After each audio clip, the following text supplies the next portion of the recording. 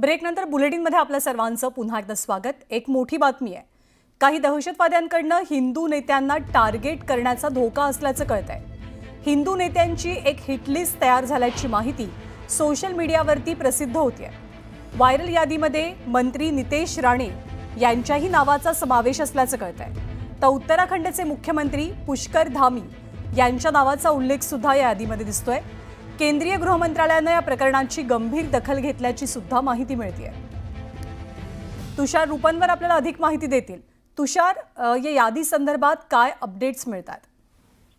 ज्ञानदा, आपण जर पाहिलं असेल तर सध्या सोशल मीडियावरती काही दहशतवाद्यांकडून हिंदू नेत्यांना टार्गेट करण्यासंदर्भातला धोका आहे आणि या संदर्भातली यादी आपल्याला सोशल मीडियाच्या प्लॅटफॉर्मवर व्हायरल होताना पाहायला मिळते। त्या यादीमध्ये महाराष्ट्रातील मंत्री नितेश राणेंच्या नावाचा देखील समावेश आहे। त्याचप्रमाणे उत्तराखंडचे मुख्यमंत्री पुष्कर धामी यांच्याही नावाचा या यादीमध्ये उल्लेख असल्याचं पाहायला मिळतंय। त्या यादीमध्ये प्रामुख्याने 12 चेहऱ्यांचा समावेश असल्याचं पाहायला मिळतंय। यामध्ये चंदन शर्मा असतील, एलवेश यादव असतील, तजिंदर बग्गा असतील, शीतल चोप्रा असतील, हे जे प्रामुख्याने सोशल मीडियावरती ऍक्टिव्ह आहेत किंवा हिंदू समाजासंदर्भातली आपली भूमिका गेल्या अनेक दिवसांपासून मांडताना पाहायला मिळत आहेत। त्या चेहऱ्यांना आपल्याला या ठिकाणी टार्गेट केल्याचं पाहायला मिळत आहे। विशेषतः नितेश राणे गेल्या काही दिवसांपासून हिंदूंसंदर्भातला अजेंडा संपूर्ण महाराष्ट्रभर आपल्याला ते घेऊन जाताना पाहायला मिळत होते। अनेक वेळेला त्यांनी आंदोलनं देखील केली होती लव्ह जिहाद विरोधात, मात्र आता त्यांना या ठिकाणी टार्गेट केल्याचं पाहायला मिळत आहे। या यादीची गंभीर दखल आपल्याला केंद्रीय गृह मंत्रालयाने घेतलेली आहे आणि जे या यादीमध्ये टार्गेटवर आहेत या संदर्भातले इनपुट्स केंद्रीय गृहमंत्र्यांना ब्रीफ केल्यानंतर काहींची सुरक्षा देखील वाढवण्यात येणार असल्याची आपल्याला माहिती मिळते। धन्यवाद तुषार या सगळ्या माहितीबद्दल। आणि उरळी कांचन येथील पोलीस स्थानकाच्या हद्दीत चोरट्यांनी अक्षरशः धुमाकूळ घातलाय। पहाटेच्या दरम्यान अज्ञात 3 चोरट्यांनी हातामध्ये शस्त्र घेत ते फिरत असल्याचं सीसीटीव्हीत कैद झालंय। उरळी कांचनमधल्या नागरिकांना या चोरट्यांची सध्या धास्ती वाटते। तसंच या चोरट्यांचा बंदोबस्त करण्याची मागणी नागरिकांकडून केली जाते। पुढची धक्कादायक बातमी कोल्हापुरात नाही। कोल्हापुरात भाचीच्या लग्नाच्या स्वागत समारंभातल्या जेवणात चक्क मामानंच विषारी औषध टाकलं। पन्हाळा तालुक्यातल्या उतरे गावात ही धक्कादायक घटना घडली। भाचीनं आठवड्याभरापूर्वी गावातल्याच एका मुलासोबत लग्न केलं, त्यामुळे बदनामीच्या रागातनं मामानं हे कृत्य केल्याची माहिती आहे।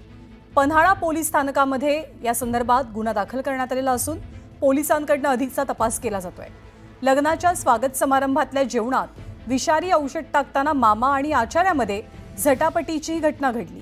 आचार्याच्या समोरच अन्नामध्ये विषारी औषध टाकल्याचा प्रकार घडल्यानं सुदैवानं मोठी दुर्घटना टळली आहे।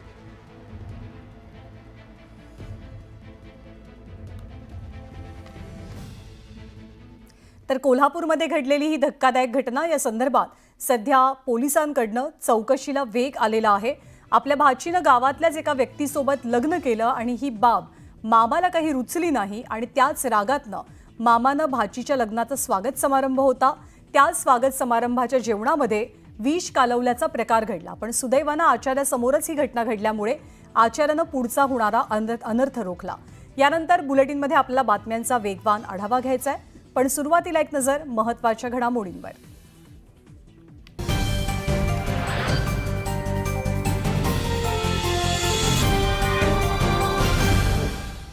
महत्त्वाच्या बातम्या। प्रायोजक घरकुल मसाले, स्वाद आणि मायेचा खमंग मेळ। देशमुखांच्या हत्येचं गांभीर्य धस आणि जरांगेंनी कमी केलं। जरांगेंचं वजन 35 किलो आणि म्हणतात घरात घुसून मारेल। लक्ष्मण हाकेंचा मनोज जरांगे पाटलांवर हल्ला। शरद पवार आंतरवालीत गेले, काय झालं? बीडमध्ये गेले, काय झालं? सर्वांनी पाहिलं। पवारांनी पुण्यामध्ये काय सुरू आहे तेही पाहावं। हाकेंचा पवारांवरती निशाणा। सरपंच हत्या प्रकरणाचा वाल्मिक कराड हाच प्लॅनर, कराड हा सिरियल किलर। जितेंद्र आव्हाडांची टीका। तर नैतिकतेच्या मुद्द्यावरनं धनंजय मुंडेंनी राजीनामा द्यावा, रोहित पवारांची मागणी। शरद पवारांच्या पक्षातल्या खासदारांना सुनील तटकरेंनी फोन केल्याच्या वृत्ताचं जितेंद्र आव्हाडांकडनं खंडन। भाजप आणि पक्ष सोडून गेलेल्यांकडनं अफवा पसरवण्याचा प्रयत्न केला जात असल्याचा आरोप। मुंबई महानगरपालिका निवडणुकीसाठी संघदक्ष आशिष शेलारांची संघाच्या नेत्यांसोबत चर्चा. न्यूज 18 लोकमतला सूत्रांची माहिती. बाबा सिद्दीकींच्या हत्येमागे बिल्डर लॉबी असल्याचा झिशान सिद्दीकींनी व्यक्त केला संशय. बिश्नोई टोळीच्या पोलिसांच्या दाव्यावरतीही प्रश्न उपस्थित केल्याची माहिती. मराठी भाषेला अभिजात भाषेचा दर्जा देण्याबाबतचा आदेश जारी. केंद्रीय सांस्कृतिक मंत्री गजेंद्र शेखावत यांच्याकडून उदय सामंतांकडे GR सुपूर्द. शरद पवारांच्या राष्ट्रवादीचे खासदार फोडण्याची चर्चा कपोलकल्पित. आमदार अमोल मिटकरींचा खुलासा. उरळी कांचनमध्ये चोरट्यांचा धुमाकूळ. हातामध्ये शस्त्र घेऊन फिरणारे चोरटे कॅमेऱ्यात कैद. नागरिकांमध्ये भीतीचं वातावरण. भंडाऱ्यामध्ये झुडपात अडकलेल्या वाघाला नागरिकांनी घेरलं. नागरिकांचं धोकादायक स्थितीमध्ये वाघासोबत फोटो सेशन व्हायरल. आणि 5 महिन्यांनंतर कोल्हापूरच्या विशाळगडावरची संचारबंदी हटवली. 14 जुलैच्या घटनेनंतर तणावपूर्ण शांतता.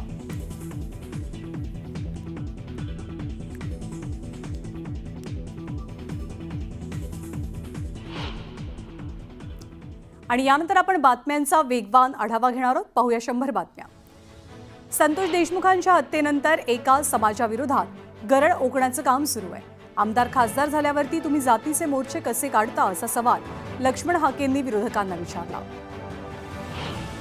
धनंजय मुंडे बीडचे पालकमंत्री नकोत कारण काहींना कमीपणा वाटतो असा आरोप ओबीसी नेते लक्ष्मण हाकेंनी केलाय. तर मुंडेंच्या विरोधात तुम्हाला पुरावे सापडले का हाही सवाल त्यांनी उपस्थित केला. वाल्मिक कराड आणि धनंजय मुंडेंना गोवलं जात आहे. वाल्मिक कराडचे शरद पवार, जयंत पाटील, सुप्रिया सुळेंसोबत सुरेश धस यांच्यासोबतचेही फोटो आहेत असा दावा लक्ष्मण हाकेंनी केलाय. लक्ष्मण हाकेंनी मनोज जरांगेंवरही निशाणा साधलाय.